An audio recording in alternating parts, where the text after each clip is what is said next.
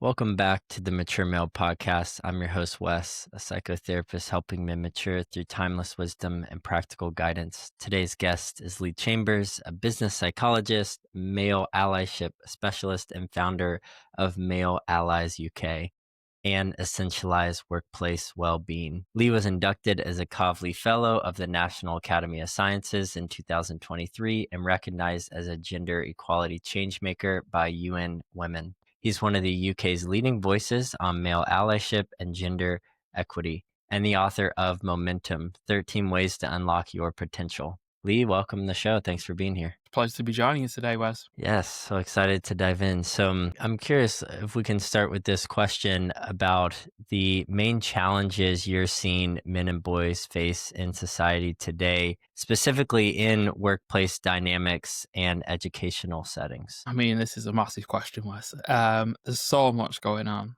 I mean, fundamentally, if we kind of zoom all the way up, as men and boys, we're still subject to a whole range of gender stereotypes that, while kind of claiming that they will give us freedom and autonomy and choice and power and control, are actually in some ways quite limiting in our ability to be who we are. And that shows up in so many ways, and so many of the statistics for men and boys that are actually going in the wrong direction in society. I think if we zoom a little bit closer, the current world as it is today, it's changed massively in many ways, but as men and boys, we've not always had the opportunity to change and evolve. And part of that is due to how society is structured. Part of that is due to some of our own challenges navigating that. And we still live in a system that's very driven by success being something that ties to money and wealth and power and status and ability to command people. And that sadly is becoming less and less attainable for the majority to be able to share that, and more distilled into a very small subset of people who can then use that in any way that they want. But in terms of, men and boys, we've got challenges around our health, challenges around how we kind of perceive our futures and what we can achieve. There are challenges in terms of how satisfied we are with our lives, challenges in terms of rates of suicide and addiction, challenges around our mental health outcomes and how we look after ourselves, and fundamentally challenges in how we look after each other. And, men are not always being given the chance to care, to be caregivers when they want to be. There's still a lot of pressure on us to provide, even though the world has changed from how it once was. And there are just so many different pieces of information around how not to be a man, or how to be a man in a very narrow way, and nowhere near enough information to help us unpack some of our conditioning, take some time to explore the men who we truly are, and be allowed to express that without judgment. And I think that's probably the biggest thing. Is I speak to so many men and boys, and what we currently have in society is a certain brand of masculinity that you're not allowed to be and shouldn't be, but absolutely no clarity on what a form of masculinity is that actually is right for an ever-changing, technologically advanced modern world. And for so many men, we're just in between that, trying to explore what it means to us and where we are, trying not to fall into the what you shouldn't be, but really not clear on what we should be. And my mission in so many ways is to help men think even beyond that binary of, like negative masculinity or positive masculinity, because that's just binary. We're made up of all different parts, all different themes, all different expressions. And my mission just aligns. Can we get to a point where we appreciate that actually there's 4 billion ways to be a man, and the way to be a man is actually to be you? That's so well said. And I haven't heard it encapsulated in such a succinct and poetic manner. And I really resonate with that. I'm a therapist. I work with a lot of young men, and it's exactly what you're getting at, which is so much of the work is us deconditioning or unconditioning a lot of what we've been told in the narratives. But you're right. There's kind of this void in this, okay, well, what do I do with my hands emotionally kind of thing and mentally? And I've created this like year-long course, and I'm kind of piloting essentially the guide to growing up. And it's got all the baselines that, in my estimation, that no matter who you are and what you believe as a man, it's helpful to know things like time management and budget, effective communication and relationships, and self-awareness, personality, identity. But I think it's what you're getting at is many men are crying out for a deep desire to want to do it right. And they want to be authentic. They want to be loving. They want to be true, but they're just looking around feeling completely lost. And I'm curious, you mentioned a lot of really important statistics that I think we've both heard it probably at nauseum at this point. But I'm curious, in your estimation, when did you start noticing these trends appear? Is it more that there was a certain time where all these stats started trending negative for men, or is it that we just started finally studying men in a more deeper manner and correlated these factors? I know you're not a statistician, but just curious from your work if you've got a sense of that. Yeah, so I mean, for me, it kind of started trying to understand the impacts of technology on kind of human emotional, mental, and physical health.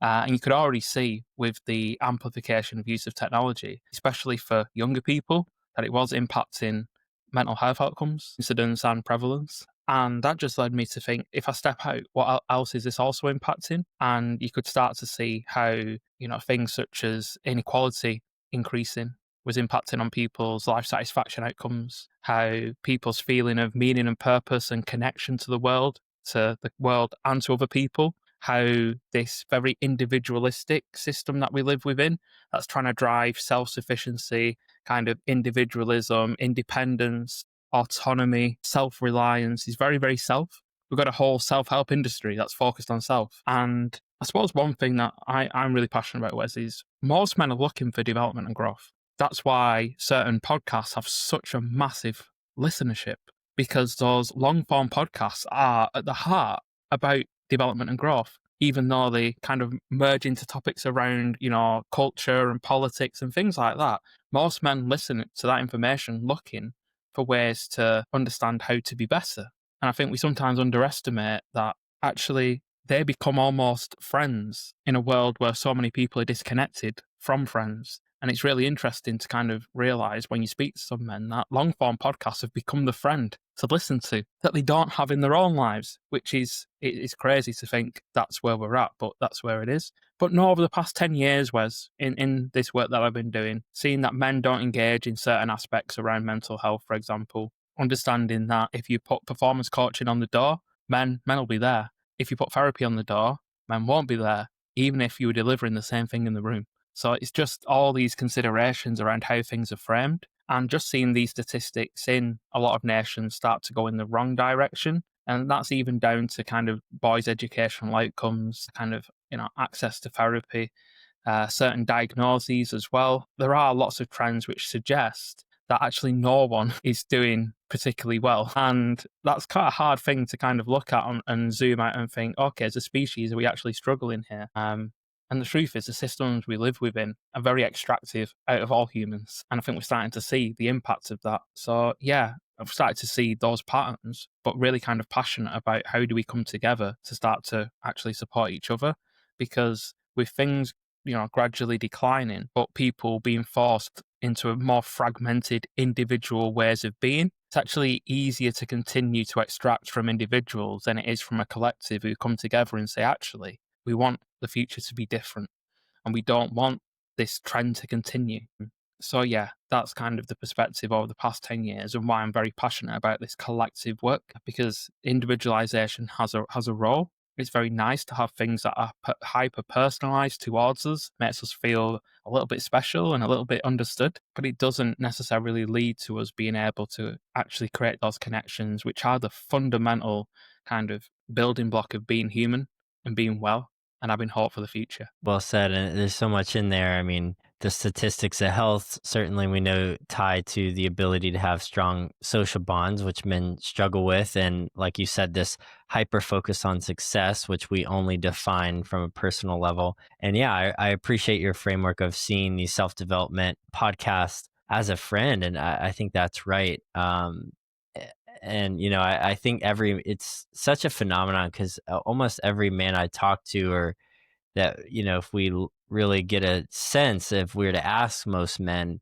they're all craving connection deep down. I don't think anyone would say, oh, I love being alone, I love doing it alone. I think they're conditioned to do it alone. I think they think that they're better off doing it alone, but deep down there's something in them that says it doesn't feel quite right. And that first step of going from isolation, that 0 to 1, I find is the biggest barrier. Once the guy makes it from 0 to 1, I've found it's certainly not perfect, but it's kind of like that law of momentum, like the thing in motion will continue in motion. And I'm just curious, like, what are your thoughts on how we can help those guys get from 0 to 1, seeing as technology is such a big component to that barrier? That's why my book is called Momentum.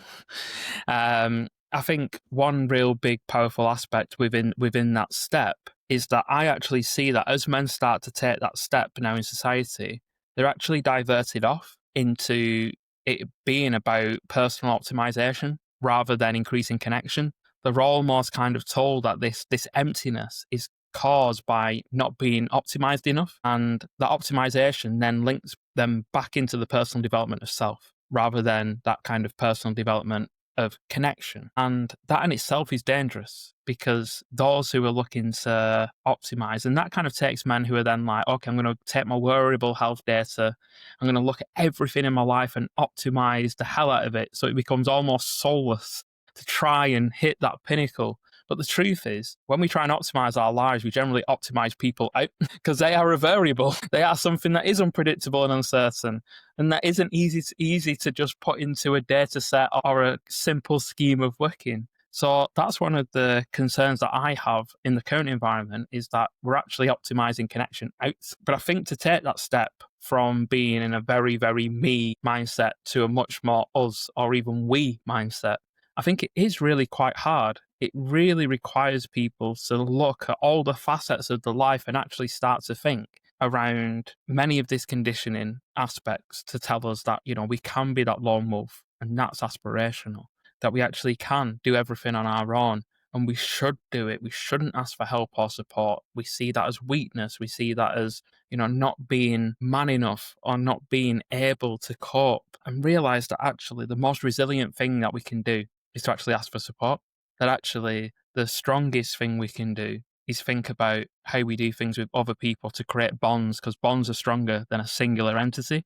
I also think it's really pivotal that we actually get men to sit down and think, if you decided that you were struggling a little bit and you reached out to a friend and told them actually you were in a really difficult place, how do you perceive that? And many men kind of sit there and say, oh, it's really uncomfortable actually. I don't want to be perceived as weak.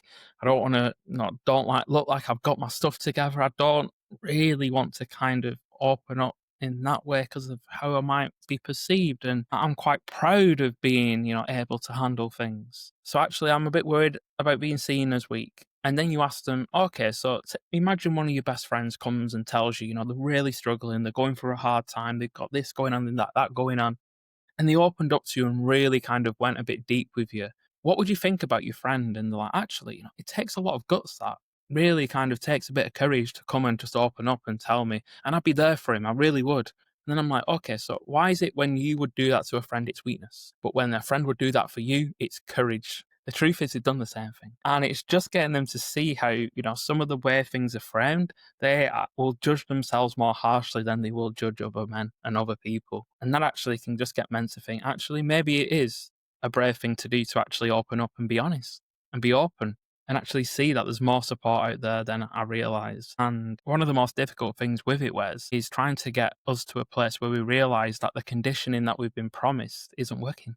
We are kind of told from such a young age that if we work hard, if we really kind of work on ourselves, if we apply ourselves well, if we try and achieve, if we push, if we grind, if we show up, then we will get this power and dominance and ability to control others. And that will be freedom. When actually it's like a padded prison cell because it only lets us turn up one way. And so many of us get to a point in our lives where we realize that actually that promise of all that stuff, it isn't what we wanted. And actually systems don't keep promises. It doesn't end up being that way. And actually we realize we would have liked to have gone on a journey to develop ourselves in a number of different ways. And that actually we've limited ourselves from being the whole man we could be. And I think there's real beauty in a world where there's lots of binary about this and about that, about masculinity being this or that.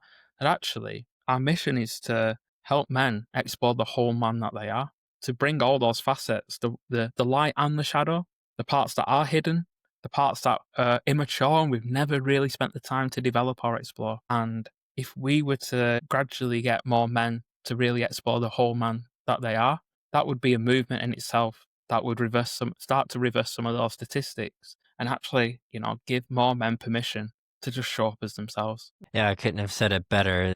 There was so much in there that really struck me. The first is this kind of common stereotype of the guy that's super optimizing all the biometric supplements. And meanwhile, if you ask his partner, girlfriend, wife, it's like, I'm not about that, don't get me on your train. And I think what it points though is that you're right, it's isolating in nature because essentially you're setting the bar so high in a way that only you can achieve it and you can only achieve it by doing it alone. And you're kind of forced to make a decision of what matters most, like the relationships or the health. And I agree. I think that's too binary. I think there's a world where we teach men to take care of themselves and they don't compromise relationships in the meantime. And this is why, in the States at least, I think things like run clubs are really taking off because it's like, okay, we're running, we're exercising, but we're finding social bonding with it. And I appreciate what you said about how men have been given this narrative that if they just follow the script, it works out. And I think we're seeing the polarization of that broken system and lack of promises, to use your language, in that you have like a very small percentage of men that are hyper successful. And then you have like the majority that are severely underperforming and not hitting these metrics. And they're just not even in the same orbit in some ways, right? And I think it points to this fact of this general, chasm that we're experiencing among men. I was even thinking, we don't have to get on the political train at all, but, with Charlie Kirk's passing, something that I was reflecting on is this grieving that it's like two men who suffered in different ways and how we've kind of made it this political thing of like, well, yeah, I'm on this team or this team or this is right and wrong. And I'm like, man, the reality is like we're hurting our own species and we're against each other and we're not naming the collective wound that we all share and that we have to at least start with there. And I think to your point, we're so quick to jump to all these other things we think matter. And in the meantime, we're actually compromising these things that matter most, giving relationships. And I agree. I think men have to learn to socialize in a way that feels normalized, and that's a big shift. My last question in this segment, I'm just curious what you think about this. Do you find that the narratives and the needs that boys are believing or facing are similar to men, or does that shift as a man gets older? Yeah, that's a fascinating thought, Wes. And I mean, I just think we should just mention your last point around the passing of Charlie Kirk. And it's true, I think, for everything that I saw online, which sadly was also in many ways very polarizing, either pro or against. I think if we strip it all back, a man has lost his life, a man has committed violence and will now be away from his family and his future.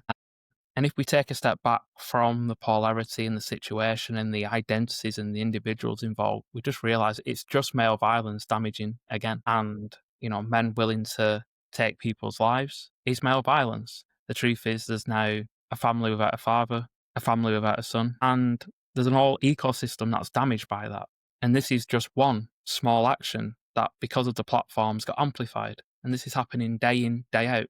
And the male violence impacts so many people, including men and boys. And many of the men who I meet who are incarcerated in the criminal justice system, when you actually spend time with them, you realize that they've actually been victims of abuse when they were children. And that harm to them has ended up, manifesting as harm to others. And that's the really kind of sad reality of male violence, is it's kind of interwoven in our whole society and causes damage for years and years beyond the incidents themselves. So I think it's important to consider that. In terms of the generational aspects, that's a fascinating conversation. Could be a whole episode on its own, Wes.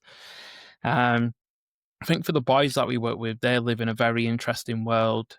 They have access to so many things in comparison to our generation in terms of information, perspectives, considerations. They're actually growing into a world of increasing inequality. I think when we were younger, we kind of saw potential as growth. Technology was young, and there was a hope that we'd be able to achieve more than our parents, and it felt possible. It felt like it might actually be plausible, and our parents would give us a foundation. We'd try and attain education and use that as a pathway to what some people would say was social mobility and a better life. Whereas many young people now that we speak to, those boys don't see that same way. they actually see that they might have to lean on their own parents, the bank of mum and dad, so to speak, to be able to get a decent start in life, because the financial world is so compressed and inflation is so much bigger than it was when we were younger. I think older men who I meet are starting to worry about their own futures as ageism starts to impact them in the workplace. And, they're not the automatic choice for jobs despite years of experience and combined wisdom. And they are feeling that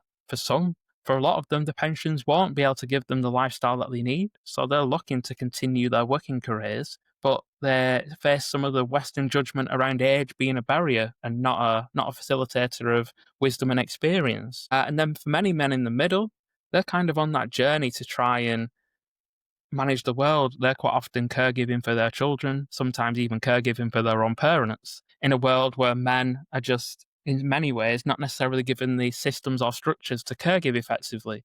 And there's still quite a lot of judgment for men who decide to take that pathway.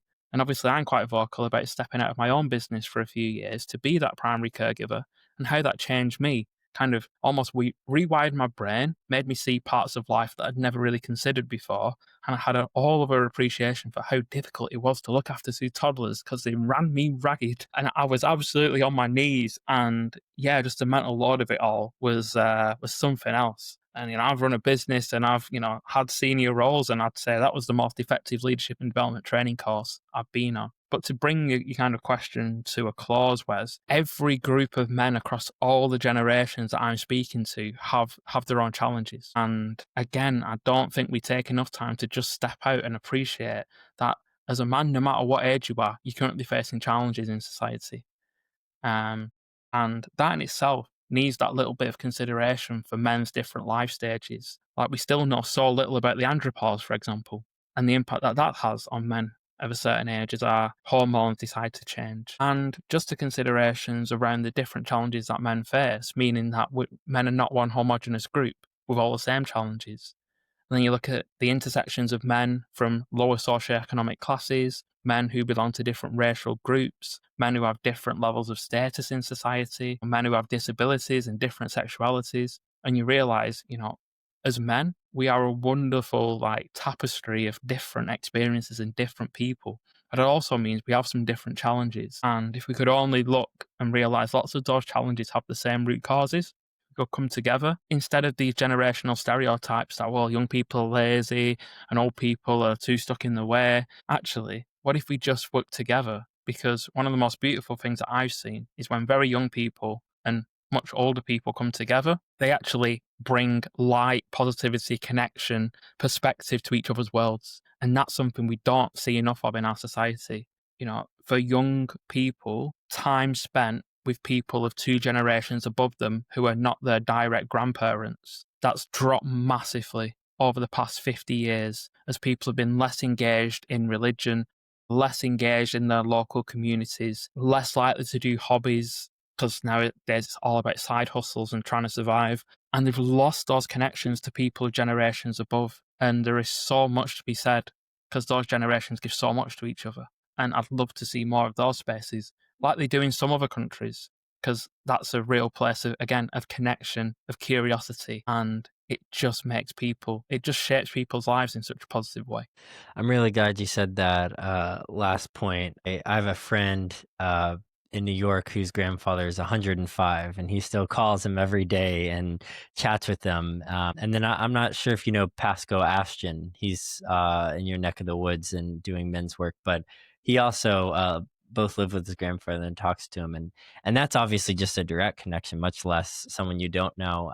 And I'm fortunately lost my grandfather's earlier in life and was mostly around younger people. But when you're saying that, it's made me realize, especially as I've become a husband and now a father, I'm craving that even as a grown man, much less as a young boy. And that's part of the reason why I go to this YMCA that I do in the Boston area. It's old, it's crusty, it's definitely like you could definitely go to the hospital if you use certain machines. But it's because I talked to Dom, who's 87 and still swims every day, and we talk in the locker room. And just having those touch points, I think, reframes things.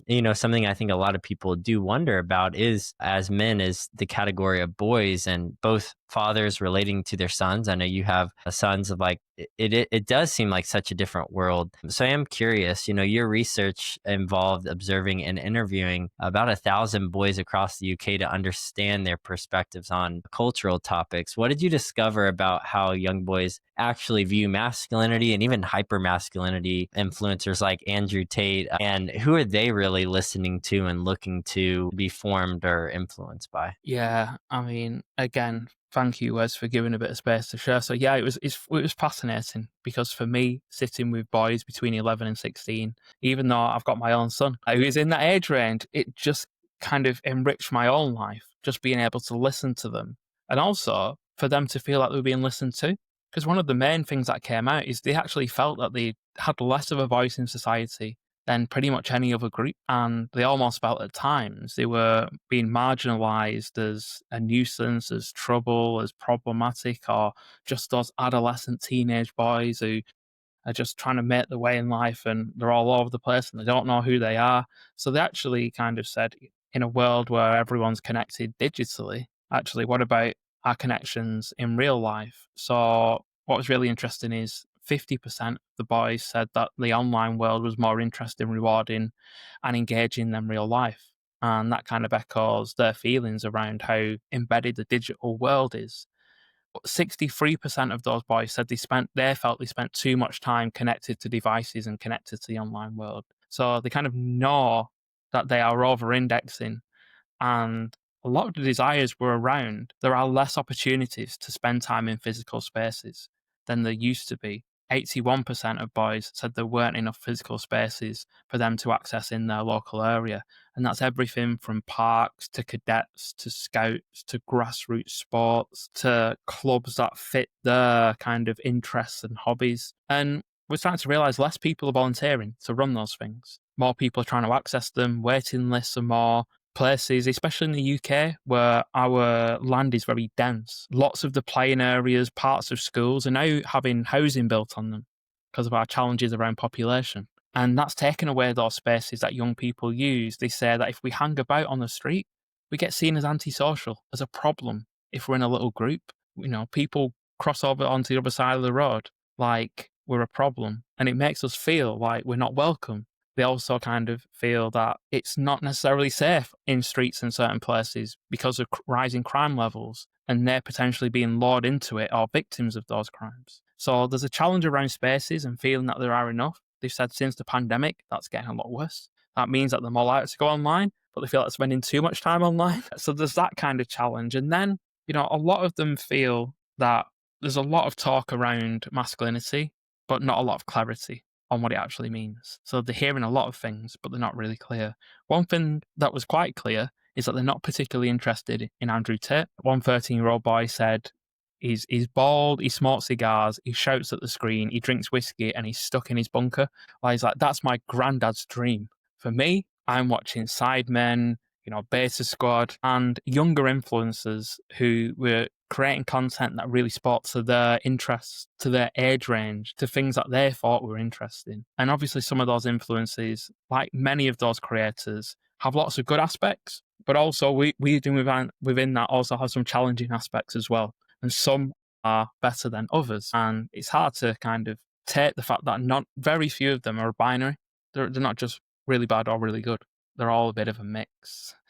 And I think finally, I suppose some of the other interesting things is a lot of them felt that the educational system wasn't really teaching them the skills that they need for the future. When we asked them what they thought was important, they wanted more stuff around AI, more stuff around entrepreneurialism, more things around content creation, more things around kind of how to interact and communicate.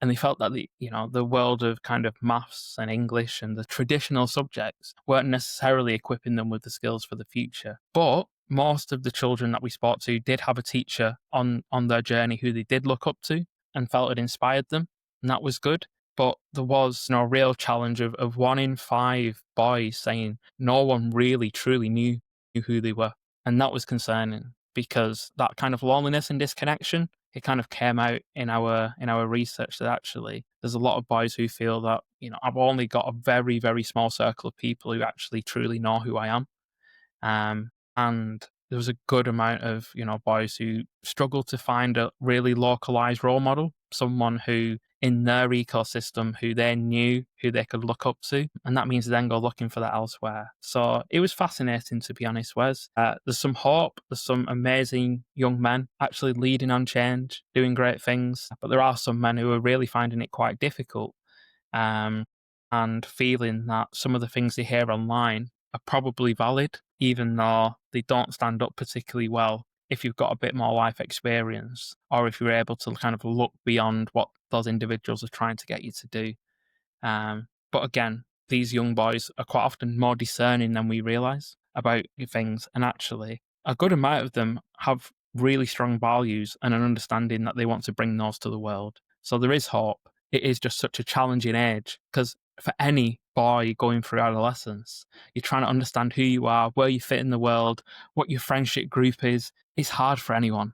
But now there's just a camera in your face as you do it. Many fascinating points, and I can't wait to read more of the study, and we'll make sure to put it in the show notes once it's officially released. And that conundrum you talked about from a technology perspective is very interesting. And I think it ties into the role models as well, in the sense of any local role model that they would look to is, like you said, they're not volunteering being present. I mean, you mentioned teachers. The majority of teachers are female.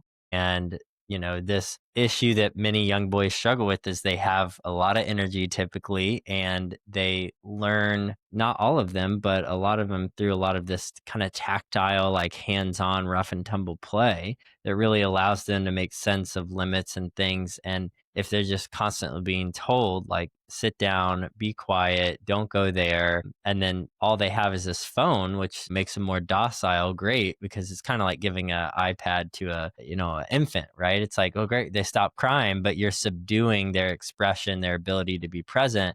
And then essentially their exploration gets smaller and smaller. And it's interesting you mentioned all the topics as well that they want to learn, which all kind of point to this natural desire to go on an adventure, to take a risk, something like entrepreneurship and technology with AI, and giving them a safe place to explore, not where they're more at risk, but actually where they're less at risk. They feel more safe and secure, but they're making sense of the world. But if the other thing is, if every adult they see is looking down at their phone, then they're going to think it's this kind of weird game we all play where it's like deep down we know it's like strange and that we should be talking to each other and interacting.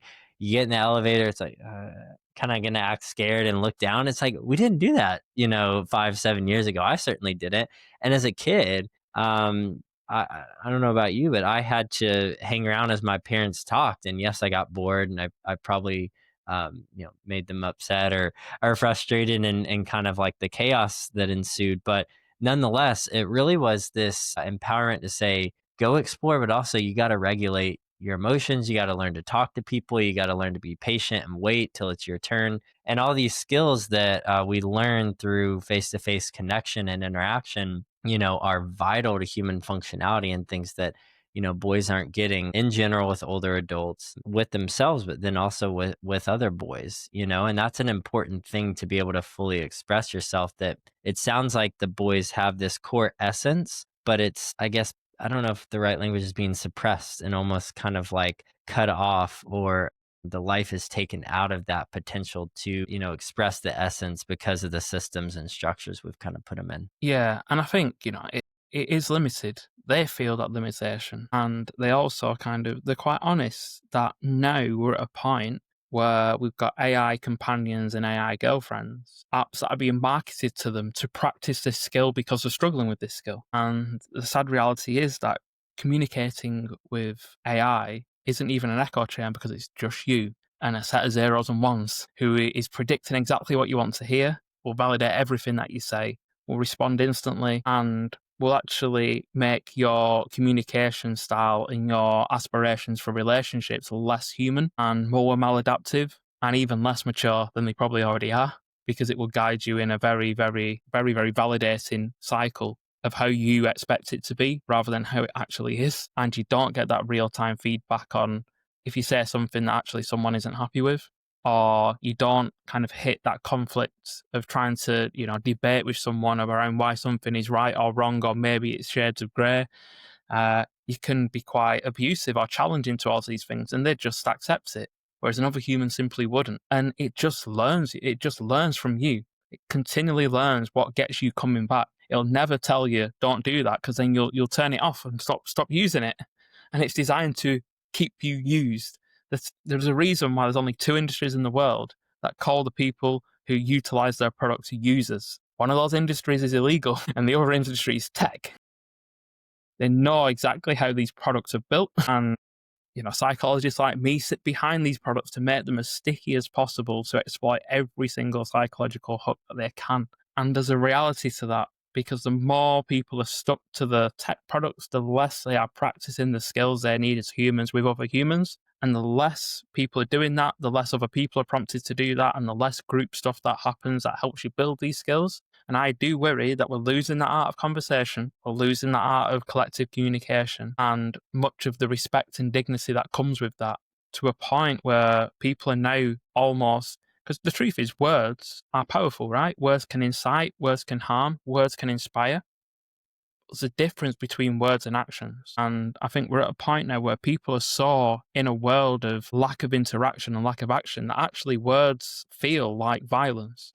Uh, And it's a very interesting thing I'm currently looking at in terms of, obviously, my own work in the inclusion space. I can be a little bit pointed that the constant policing of terminology isn't helpful to people stepping in. There's been lots of things done over the past 5 years, especially since the murder of George Floyd, that haven't been helpful. And our job is to help people explore what inclusion means to them and how they can turn up and how they can get curious about other people and have those challenging conversations without falling into complete conflict, but realize healthy conflict is how we actually resolve challenges and utilize our differences to make a better world. And also, we use that as our own self-awareness to understand ourselves better. Again, that's probably a whole other episode, whereas if we ever go for a part two. But I do feel very passionate that, technology is a tool.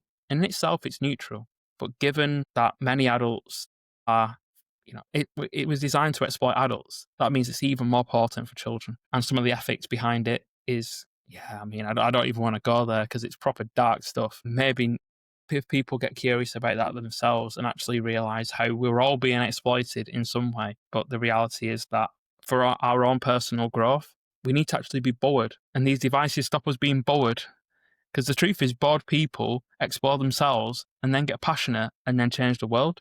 And by taking away our time for boredom and reflection, and the only time we don't have these electronics strapped to us is when we're in the shower in case they get wet, that actually it's easy to manipulate people if they've got no time to be bored because they're continually entertained and they never get enough time to reflect and think about what change they want to make. If you look at it like that, it's almost a little bit dystopian, but I'll love a good theory. And what might we be missing? Because there's unintended consequences of everything in life.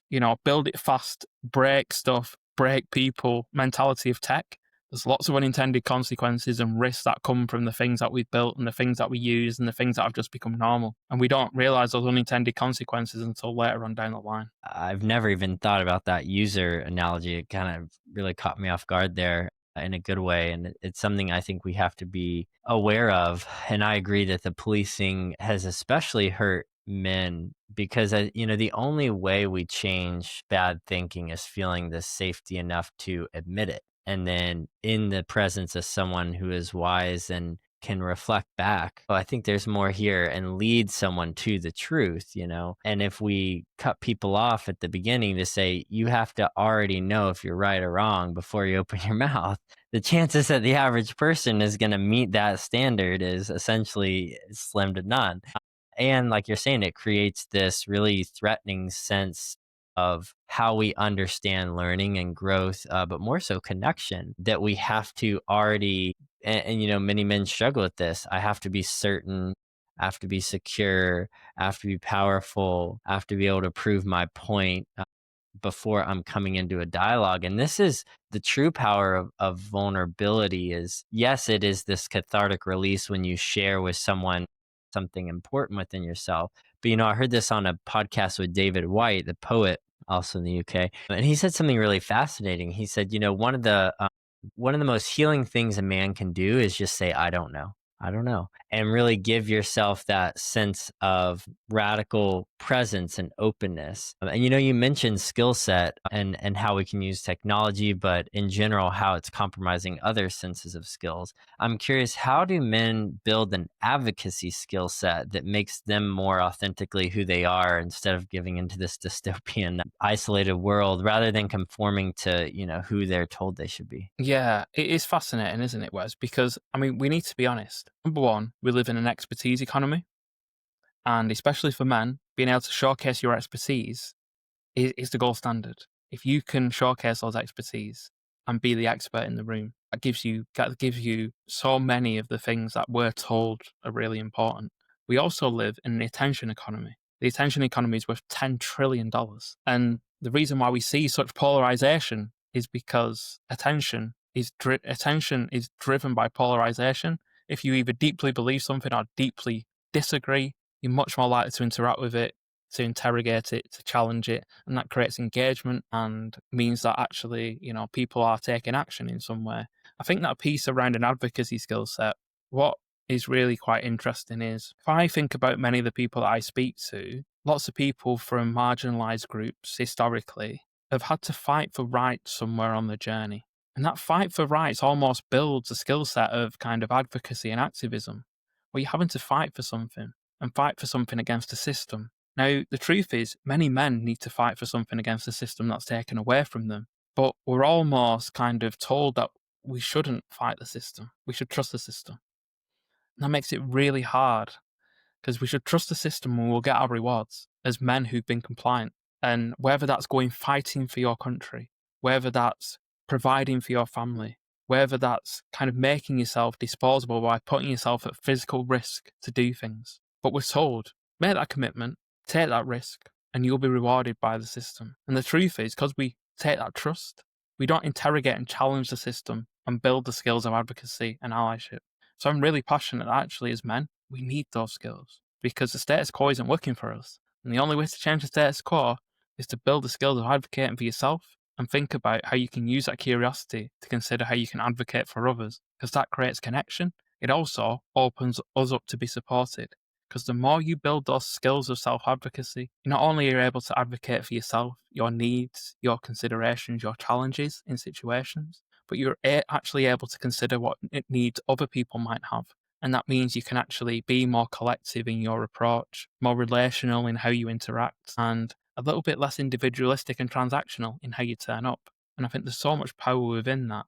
But I do also think that we all have needs and we all have challenges. And because men generally don't necessarily have this skill set inbuilt, I think it means that we don't really get that woven into policy where it needs to be and don't get it built into structures. So our needs are met and supported because we don't have that skill set. And sometimes that comes out as allowable emotions, i.e., anger and frustration, and sometimes violence. And that just gets seen as problematic. So we don't get written in from a needs perspective, we get seen as a problem and almost written out. Or a problem to solve. And then there's the final bit of it where if we think about men trying to advocate for their own rights and build those skills, that again is beyond ourselves. And we're told that anything beyond ourselves is problematic, that there's a tax to that vulnerability. That will come back and bite us. And it's never showcased as growth. The truth is, those skills are growth. We talk about technology. Technology is never going to advocate for you. Only you can do that. And at our heart, every man has a cause he will be willing to stand up for. He will be willing to take to the streets. He will be willing to testify in front of the Senate that he believes that this is true and important. Every man, deep down in their heart, has a cause to stand up for, that these skills would be vital for. And actually, a lot of our work is working with men, not only to understand who they are and build some of that self-awareness and get them to think about those areas they maybe not explored, but it's to actually take a step with them, meet them where they're at, which society is not very good at, and actually appreciate that every man has a set of values within him that he'd actually love to use to advocate for a better world. And, throughout my journey, I think I can count on one hand the amount of men who don't have that or are not able to even find a way to articulate it. We all do. We all have a set of values that are embedded within us, and a lot of us are living out of alignment with those values, and that harms us. But actually, within those values, there is a cause within every one of us that would drive us to be that advocate, to be that activist, to be that ally, to be the one who actually makes a change in the world. And I think it's so powerful when men can find that and then use that to build a skill set, because that also helps you understand the man that you truly are. To this last point, speaking of this skill set and advocating for ourselves, and I do agree. I think it's somewhere in between not fulfilling a purpose or mission or direction that you've been told to growing up that you feel almost indebted to on a societal and communal level, and then also feeling lost, like there's no direction. I think it's changing the spirit. It's not changing the spirits. It's tapping into that spirit every man has to want to feel missional with direction, with purpose, with dignity, and just re-aiming it and orienting it towards, something greater. Something that we both share is a very great honor in this life is being a father, and orienting our purpose towards that. You mentioned earlier your transition from the corporate world, and being a business executive to being a stay-at-home dad, and how that was challenging and a rite of passage and everything you learned. Yeah, I'm curious how that transition was for you and what it taught you about masculinity and identity. It was a massive transition. It's years of story that's gone into this, but no, I stepped out of senior leadership to become a stay-at-home dad in the company that I built. There was some quite interesting perspectives because my company was a tech business, and that industry can be very innovative on the surface, but very, very traditional from a people perspective. I did get mocked by some individuals, including being called a loser, being told it was career suicide, and being asked what was my wife doing. But I also got a few people who said, it was an amazing thing to see a man doing, a real role model, and the bond you'll have with your children will be something you'll never be able to get back. So I got positive reinforcement alongside some of the challenges. I had before that had to learn to walk again. So that had given me a perspective on what was actually important in life, and just challenge my own masculinity. Because for me, lying in that hospital bed, not able to move, I had nurses washing me in the shower, healthcare assistants helping me eat. So my independence, my status, my physical presence, my autonomy, my kind of positional power, lots of the things I really valued that I thought were really important, they were just gone. And it made me reflect on who I was when suddenly I couldn't do those things for myself, and made me realize the power of being connected and having a support network, being able to ask for help because I just couldn't do it. But interestingly, stepping into that primary caregiver position made me realize how undervalued caregiving is. It made me realize how there's lots of double standards around men and women caregiving. Like I got, some really nice praise that I'm sure my partner would not have got had she been doing it. But it also put me in an environment where I was the only father in a room. And that was both very, very enlightening, just listening to mothers and grandmothers and understanding their perspective on life. It helped me see ways that I hadn't really considered, things that they'd been through that even me leading a business had never really thought much about or noticed. But it was also quite lonely because suddenly the business network that I had and people who were also on the journey, no one else had taken a step like that. So the conversations around how do you navigate when suddenly your toddler is just not complying to anything, and you've got running off in both directions, and they're going through this phase where they're not having a nap. Like, what do you do? And I didn't have anyone to speak to. And I live in the north of the UK, where there's simply less of a social support system. So I actually got quite lonely. So it was a really challenging time in many ways. And I felt that disconnection from having a group who had a very similar mission and cause at that time. And it was quite tough because I did find an online group, but it wasn't the same as having a group of dads. And I looked to Scandinavia, where because of the equal parental leave that they have from a governmental level, dads get 4 months off. So there's dad cafes, dad groups all around the cities, everywhere. They've got that ecosystem for dads to not feel disconnected. And I wish I'd had that, because you make more friendships through that shared journey of fatherhood and parenting and learning the way. And there is no guide to parenting. You're learning on the job. And it definitely makes you, again, unpack some of the things that you thought were really important and actually helps you build the skills. Like anyone who has taken that time with their children will know, if you think about communication skills, you get much, much better having to try and communicate things to toddlers who have all sorts of things going on in their own mind and don't comply and don't listen. So it actually honed a particular skill set. But it did make me realize in so many ways around that was a real privilege for me, because so many men don't get the opportunity. And I could financially, because I was in the position that I was in. And to this day, A third of men in the UK don't take any leave whatsoever when the child is born because they can't afford it, they can't access it, they're not eligible for it. And I know in the UK we have stronger employment laws than in a lot of the US, but still, there's just that lack for fathers. And I was in Parliament last week advocating for equal leave at an event yesterday that was again focusing on working dads because there's more working dads than working mothers. And it's a conversation that so rarely gets had. But we have needs as well. And some dads are caring for their own parents, some for their children, some for their siblings. Men care too. And I think it's really important that we bring their perspectives into conversations and talk about what caring does for men because it's very challenging, but it's also very rewarding. I was at a conference last week, a marketing to men summit in the US. And there was a guy there who founded this company, Parento, and it essentially is to help advocate for men to take family leave. And I'm in Massachusetts, which thank goodness we get 3 months off.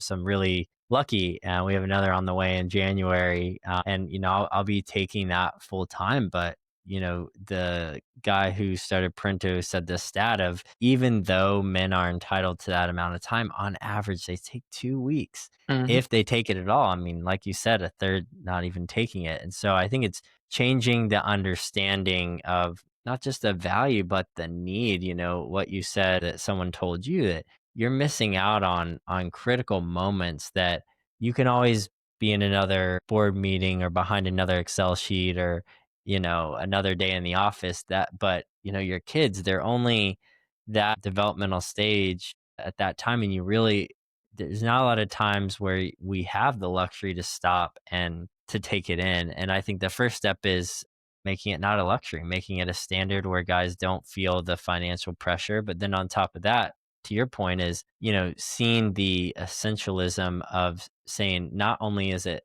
functionally important, but existentially it's important. Not only is my child better because I'm more around, but there's something that happens to me being around my child more that helps it reframe. I'm sure we share similar memories in different ways of like, man, it just makes kind of stop and question some of the things you do. Like, well, why do us adults really do that? My kid's not really questioning that or thinking about it like that, and I actually think he's the right one. Maybe I should be, kind of taking notes, observing him. But yeah, I think you're right in advocating for the parental leave and just normalizing that. And like you said, seeing caregiving as equally capable from a man's perspective as a woman. There's really outside that first year where, there's the more biological need. You have the same skill set as a man to be able to take care of your kid. And it's really important to step into that. And I imagine you did that really well.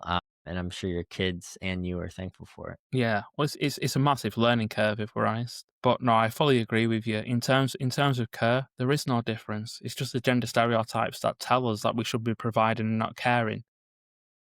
But we need to get more critical about who's telling us what we should be and really think about in our own partnerships, our families, no matter how they're structured, whether our kids come through, our partners through adoption. There are so many different ways a family can be constructed nowadays, but it's about family having that choice and autonomy to do what works for them. And the stat which really has always stuck with me on this journey is 70% of the time you will spend with your child will be before they're 11. And after 11, that's a gradual shift as they become adults themselves and older and spend more time with their peers. 70% of that time you will get with them is before they're 11. It's precious. Like, cherish it. Do as much as you can in that period, knowing that it's a limited resource. And actually, how much can you have of that to really embrace it and try and be as present as possible in that time? Yeah, what a beautiful note to end on. And it's a call that I'm taking personal, and for men that are fathers out there to take personal as well. And if you're a man without a child, it's something to take in the sense of being present, showing up, and making sure you're making the most out of your life. Lee, so much wisdom. And yes, we will definitely have to do a round two. We'll put everything in the show notes, and curious where people can find you. Yeah, so I'm very active on LinkedIn at Lee Chambers, my website, leechambers.org, and I'm sure everything will be in the show notes, including Momentum, the book that we talked about earlier in the episode and how we build it. Well, great. Well, yes, thank you again for your time. Really appreciate you sharing your perspective. And guys, until next time.